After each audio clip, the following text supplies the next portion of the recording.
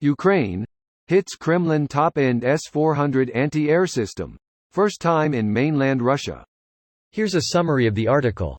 Strike drones operated by Ukraine's National Intelligence Agency, the SBU, on Wednesday hit and damaged a Russian S-400, in a first-time strike against the Kremlin's best anti-aircraft system inside mainland Russia, an agency source told Kyiv Post.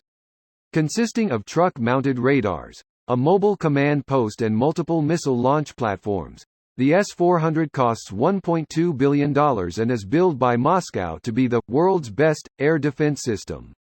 The Belgorod strike marked the first time since Russia's invasion of Ukraine in February 2022 that Kyiv forces managed to hit an S-400 system in mainland Russia. In recent weeks, Ukrainian strike planners appear to have launched a systematic campaign of hunting down and destroying Russian S-400 systems in order to open gaps in Russian air defenses for follow-up cruise missile strikes. On September 14, the armed forces of Ukraine used modified anti-ship missiles to demolish an S-400 system near the city of Yevpatoria, in the Russia-occupied Ukrainian territory Crimea. The S-400 is Russia's top-of-the-line air defense system, according to Moscow official statements, capable of detecting and shooting down any aircraft in airspace out to a range of 400 kilometers.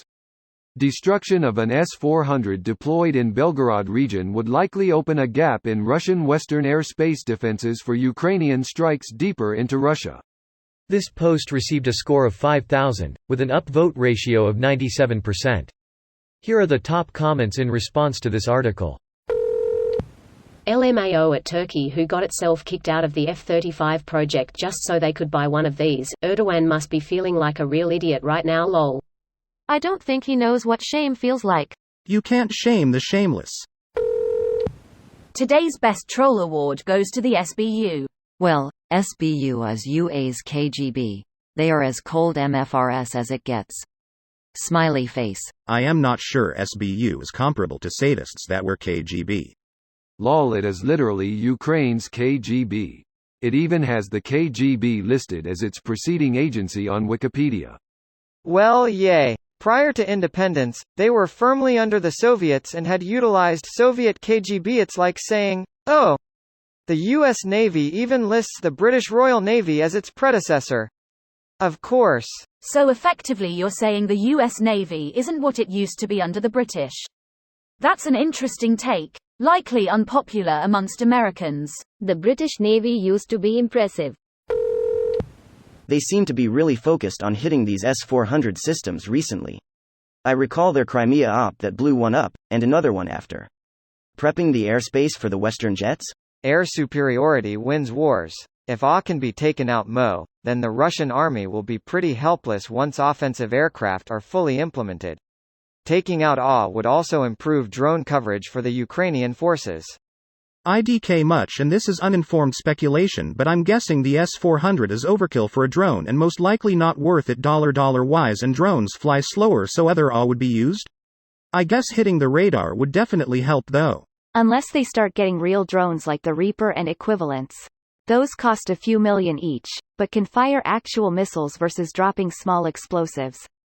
200 to 310K drones sent out in a swarm with lighter explosives will be much harder to defend against and will probably cause a great deal more damage. The multi-million-dollar drones are great, but these small cheap drones are going to be very effective for some time. That is often true, but it really depends on the target. A concrete reinforced HQ will shrug off small explosives. Similarly, a military factory 100 kilometers away is out of reach of small drones. Hopefully Ukraine gets plenty of both and can use the right tool for the job. Another one. How many does Russia even have left?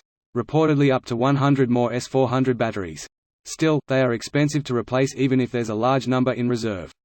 Additionally, they may have to spend more resources and time trying to hide them, moving them more often, or allocating more close-in air defense to try and protect them. Small victory for Ukraine, but a victory nonetheless. This video was automatically created by Reddit to speech. The article and comments in this video were selected from Reddit according to their upvotes, and any paraphrasing was performed by smmry.com, without any human intervention.